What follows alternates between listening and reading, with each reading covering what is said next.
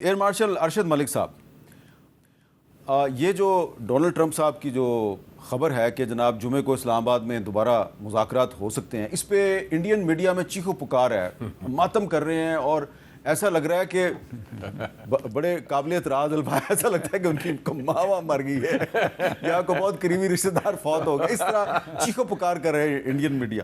تو وہ پہلگام جو واقعہ تھا اس میں بھی ان کا جو نیریٹو تھا وہ ناکام ہوا، اس معاملے میں بھی ان کا نیریٹو جو ہے وہ کامیاب نہیں ہو رہا. تو سمجھنا ہم یہ چاہ رہے ہیں کہ اگر امریکہ اور ایران کے درمیان کوئی پیس ایگریمنٹ ہو جاتا ہے، اگر ان کے درمیان صلح صفائی ہو جاتی ہے، فائدہ تو انڈیا کو بھی ہے کیونکہ وہاں پہ بھی انرجی کرائسس ہے.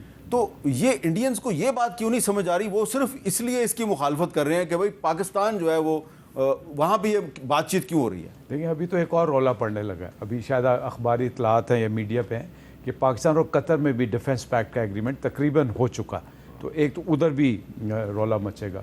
دوسرا رپورٹ جو ہے کہ 20 لاکھ سے زیادہ بندے کل پتیلے لے کے باہر نکلے کہ ہمارے پاس گیس نہیں ہے، کیونکہ ان کے پاس تو گیس ہے انڈیا میں.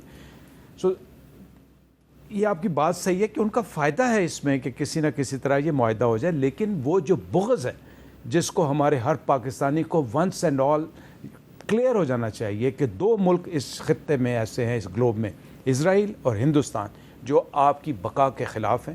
کوئی کسی قسم کی فلاح آپ کے لیے وہ نہیں سوچتے، اور ہر قسم کا وہ ایکشن کریں گے، بھلے وہ فزیکل ایکشن ہو، بھلے وہ ڈپلومیسی کے ساتھ ہو، میڈیا کے ساتھ ہو، جس میں وہ پاکستان کو خدا نخواستہ ذکر پہنچا سکے.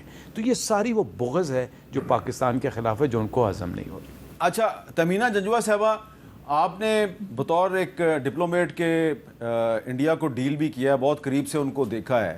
یہ جو پاکستان جو ہے وہ میزبانی کر رہا ہے، ایک میڈیٹر کا رول پلے کر رہا ہے، اس میں ایسا لگ رہا ہے کہ انڈیا میں بہت خاص طور پہ جو بی جے پی ہے اور ان کا جو پرو بی جے پی میڈیا ہے اس کو بڑی تکلیف ہو رہی ہے، اور وہ ہر وقت اس کو کسی نہ کسی طریقے سے نیگیٹیولی ہائی لائٹ کرنے کی کوشش کرتے ہیں.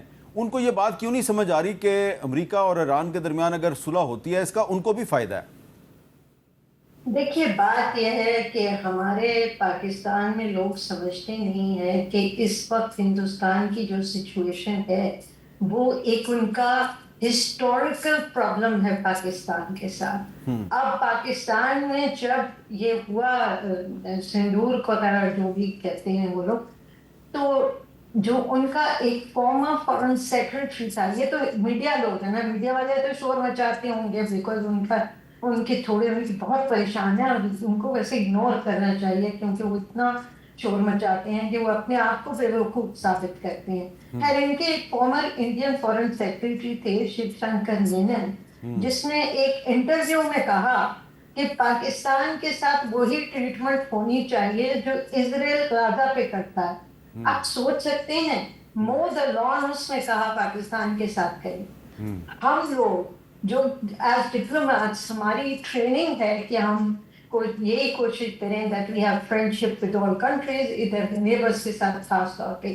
یہ ان کا نیشنل سیکورٹی ایڈوائزر تھے، یہ ان کے فارن سیکرٹری تھے، اتنے سواب کہ آپ سوچ نہیں سکتے. اسلام آباد میں امبیسڈر تھے، انہوں نے یہ بات کہی ہے. کیا پاکستان غزہ ہے اور کیا ہندوستان اسرائیل ہے؟ ہندوستان تو اسرائیل ہے، لیکن یہ کوئی بات بھی کرنے والی. تو ان کو ایک آگ لگی ہوئی ہے، وہ لگی رہے گی. وہ ان کے، بلکہ ہمیں تو حیران ہونا چاہیے، ان لوگوں کو حیران ہونا چاہیے پاکستان میں جو ہمیشہ کہتے تھے کہ نہیں، ہاتھ بڑھاؤ ہاتھ بڑھاؤ. ہم نے جتنا ہاتھ بڑھایا، ہم نے جتنی بار ہاتھ بڑھایا، ہمیں آگے سے کوئی ریشنل ایکٹر نہیں ملا جو رسپونڈ کر سکے. یہ بہت بڑا ہمارا یہ ساؤتھ ایشیا میں ڈائلیما ہے کہ ایک ملک ہے جو ٹوٹل ایکسٹریمزم پہ چل رہا ہے اپنے ہندوستان میں، اور ایک ملک ہے جو پوری کوشش کر رہا ہے پیس کے لیے for the region elsewhere as well. اس کے یہ ایک ہی ریجن کے لوگ ہیں. تو یہ شاید ہندوستان میں اپنا چہرہ بھی واضح کر دیا دنیا کو. واضح اس وقت کیا جب ان کا پرائم منسٹر اسرائیل گیا، ان کی جنگ شروع سے ہونے سے، اٹیک اسرائیل کا اٹیک کرنے کے ایران سے پہلے.